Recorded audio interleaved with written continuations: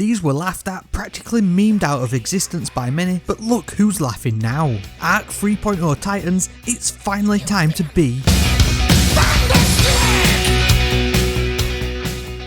Point contact cannon brace are now truly insane, and so it's time to chuck them into the ultimate striker build in 3 minutes or less. Hammer of the Gods now literally turns your fists into the God of Thunder, finally fulfilling the long awaited fantasy of this exotic. Not only does it restore melee energy on defeating targets with your Thunderclap Melee ability, you'll also trigger lightning strikes nearby, and now you'll also apply the almighty jolt to targets on top. Being amplified will also boost the damage of these lightning strikes by a further 50%. The newly added jolting aspect of this exotic has really changed how this functions, because anything that is left standing is going to take further tick damage over time on causing further damage to it whilst it is jolted, and it'll also chain lightning to anything nearby, allowing you to deal with huge areas of enemies easily. It is now totally devastating in all types of content, chunking beefier enemies and melts waves of adds from existence. Fortunately, there's tons of things you can do to not only make it more potent, but it also gives you near on infinite thunderclaps. Ionic traces are the starting point, especially with any arc build, and creating a production line of these is key as they grant you 12.5% energy to all of your abilities when collected. This is huge because when paired with the already god tier melee energy refunded from point contact cannon brace, you can start to really lean into back-to-back thunderclaps. A touch of thunder pulse grenade will periodically generate ionic traces on causing damage over time, and the spark of ions will create them from any final blow on a jolted target.